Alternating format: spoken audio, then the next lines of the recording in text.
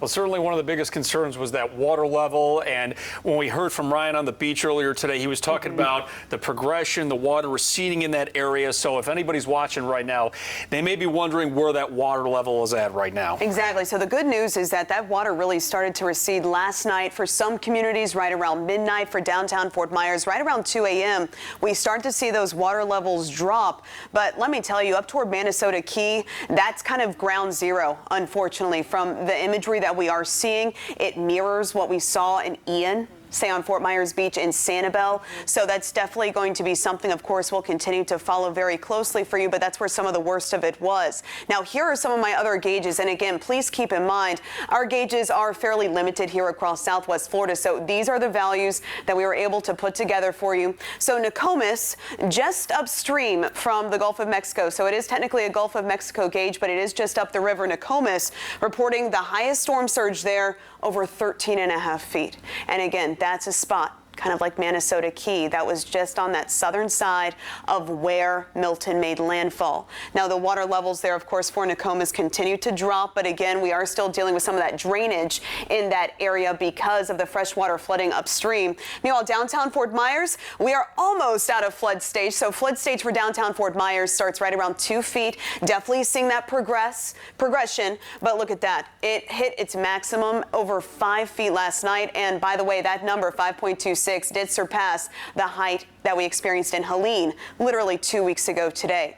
North Naples Bay, hey, we have low tide, and we can tell, there we go, actually dropping below.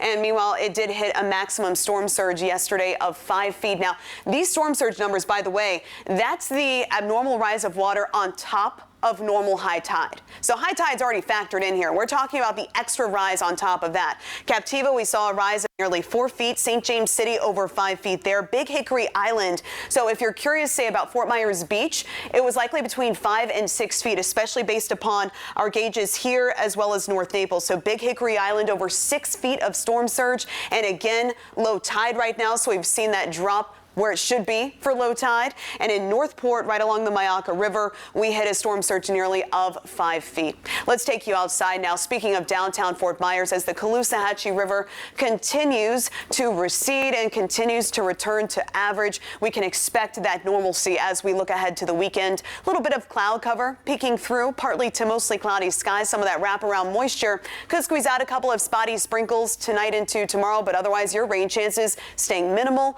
not worried about any lightning strikes. And as a matter of fact, this system, Milton, as it continues to pull away, it continues to drive in much drier air in the mid and upper levels of the atmosphere. So again, even if some of those low-level fair weather cumulus clouds squeeze out a couple of spotty showers, we don't have to worry about the instability in the mid-levels of the atmosphere because that moisture simply isn't there.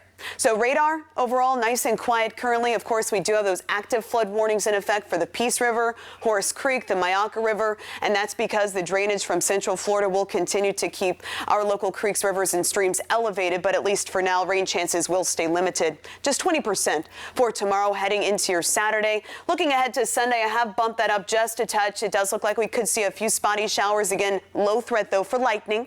And then heading into Monday and into Tuesday, it looks like a little weak cold front is going to be swinging on through, and that's really going to help to reinforce this little feel of fall. You can likely already feel some of those changes out there. So for the rest of this evening, northerly winds, partly cloudy skies. Again, tomorrow, 20% rain chance in the mix. Those winds expected out of the northeast, 15 to 20 miles per hour. Overall, though, still feeling pretty nice as we head into tomorrow and looking ahead to the weekend. Still breezy at times. High temperatures expected to run in the mid-80s. By the way, morning temperatures tomorrow around 70 degrees. The coolest morning that we have felt going back to May, and it does look like that little feel of fall is going to be with us here for the next couple of mornings.